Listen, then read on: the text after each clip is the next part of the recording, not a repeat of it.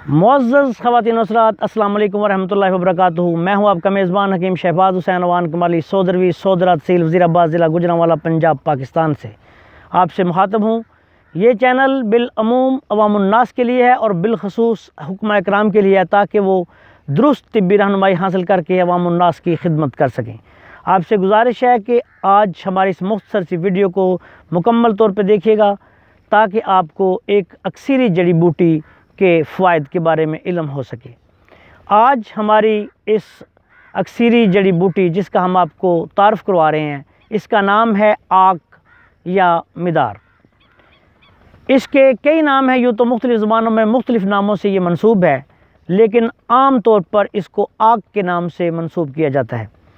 हज़रत साबरमतानी रहमतुल्लाह अलैह ने इसी बूटी के दूध और हल्दी को मिला के एक टीबी का शर्तिया नुस्खा पेश किया था, जो कि आज तक कोई भी तिब उसका जवाब पेश नहीं कर सकी। वो नुस्खा बेमिसाल है उस वक्त से लेके आज तक, और इंशाअल्लाह ताला ये रहेगा जब तक जड़ी बूटियों से इलाज होता रहेगा। इस नुस्खा में हज़रत साबरमतानी रहमतुल्लाह अलैह ने 1 तोला शीरे मदार और 15 तोले हल्दी के सफ़ूफ़ को मिला के 1 घंटा तकरीबन खरल करके ये नुस्खा तैयार किया, और इस नुस्खा को दावे के साथ, चैलेंज के साथ पूरी दुनिया के सामने पेश किया। इसकी अफादियत को देखते हुए इंडिया में बाकायदा तौर पर एक सैनिटोरियम में उन्होंने सबसे ज़्यादा इसका इस्तेमाल किया और इसको मुफीद तरीन पाया। पाकिस्तान में भी लाखों तिब्बा इकराम इस नुस्खा को रोज़मर्रा अपने इस्तेमाल में लाते हैं।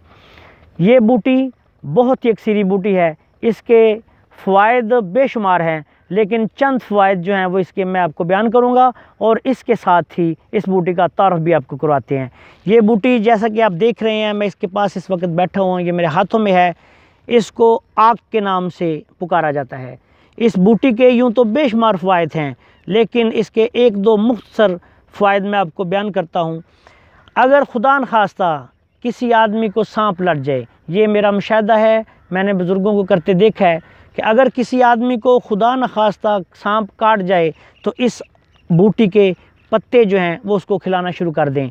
जब तक वो पत्ते कड़वे उसको महसूस ना हो, खिलाते रहें। जिस आदमी को सांप लड़ा होगा उसको जब ये इसके पत्ते खाएगा तो इसके पत्ते जो हैं वो मीठे महसूस होंगे, उसका जायका मीठा आएगा। जब उसके जिस्म से उसके जहर ख़त्म हो जाएगा तो उस वक्त इसके पत्ते जो हैं वो कड़वे जायका में आ जाएंगे। तो जब ये पत्ते कड़वे उसको महसूस होना शुरू हो जाएं तो उसको छोड़ दें। इंशाअल्लाह ताला अल्लाह ताला के फजल व करम से सांप का जहर जो है वो ख़त्म हो जाएगा।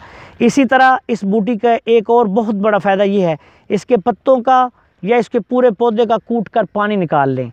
इसके पानी में जितना पानी है उतना तिलों का तेल डाल के उसको आग पे रख के इतना पकाएं कि पानी जल जाए और वो तेल जो है वो बाकी रह जाए। ये सब्ज़ रंग का, हल्के सब्ज़ रंग का बेहतरीन तेल जो है ये बन जाता है।